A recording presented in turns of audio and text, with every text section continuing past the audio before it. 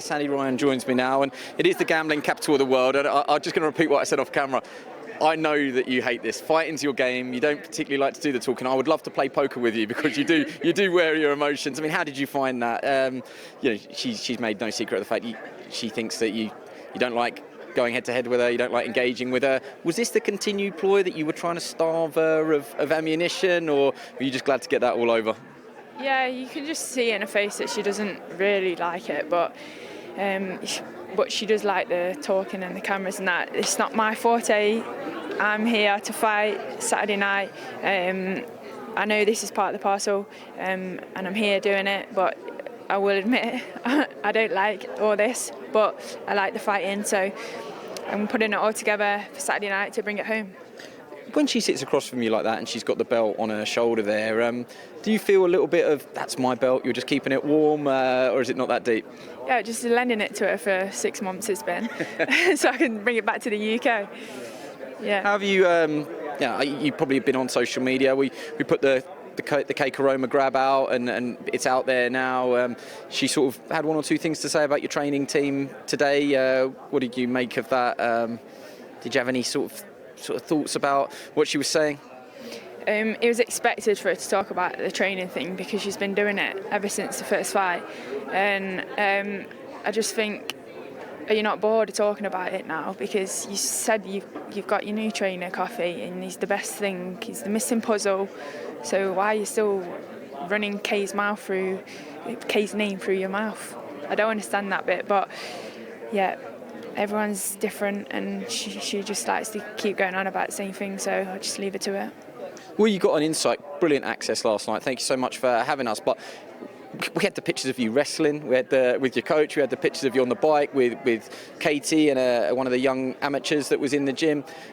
Behind the scenes, I know it's tense up on stage here, but do you feel a sense of relaxation actually away from the bright lights, and that actually you're in a good place coming into this fight, a much better place, unsurprisingly, than what happened last time?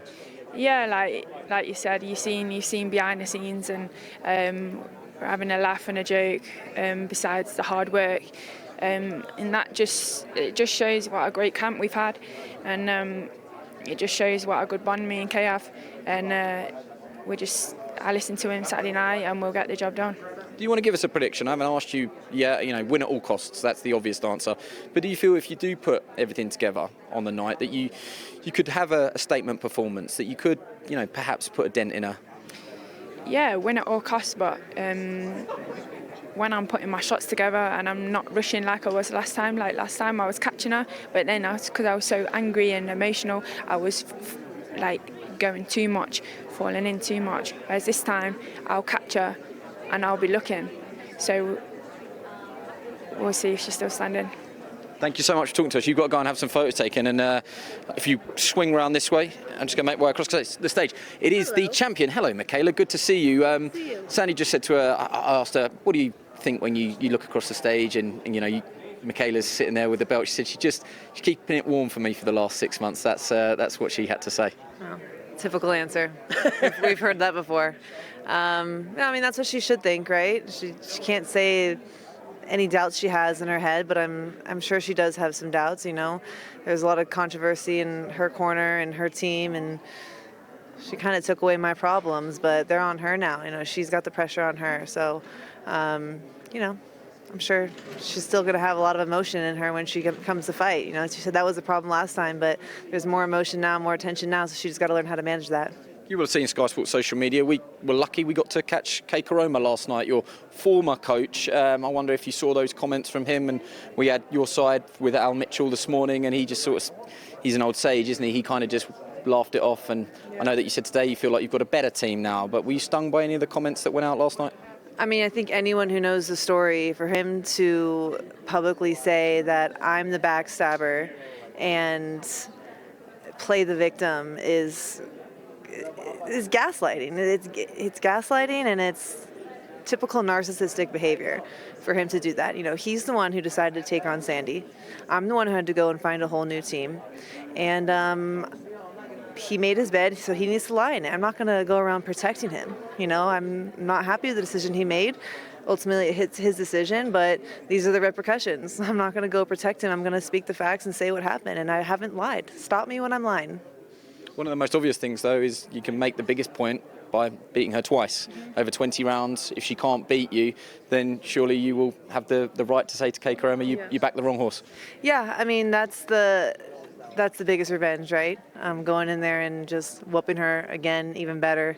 So that's my intention. But it really has nothing to do with Kay. Like, I'm not angry about the situation with Kay. I've had plenty of time to get over it, and I've said this before. I've leveled up in a lot of ways, and I'm more than happy with my coach. So to me, it was a blessing, and it all happened for a reason. I'm in a better situation now, so Sandy can have Kay. Do you feel like you're on top? I mean, she doesn't lie there. She said, I hate that. I hate verbally engaging. I hate the bright lights in the press conference. You love it, I think. You know, we've worked with you a long time now. You thrive, in all aspects of boxing, the promotion and the fighting. Did you feel like that was a little bit of getting one over on her there, or you're not too bothered? The fight isn't ultimately won at the press conference all the way in. Yeah, I mean, it's not for everyone, but where I think that comes from, and it's not that I enjoy it. It's part of the territory. It comes with the process, you know. It's part of selling the fight, and it's part of being at this level. And I think that if you don't have anything to say, and if you can't pull together some words, it really just stems from fear and insecurity. She doesn't want to say anything that she might have to backtrack on. And so now I sense that, and I smell the fear, and I smell the insecurity. And that's not a good look, because this game is 50% mental, right? So she fumbled the first time around, and hopefully she can get it together for this rematch, because this is her last chance. Just to end on what I thought was a great note, Christina Poncha made a great point of Top Rank have signed a young girl in Perla.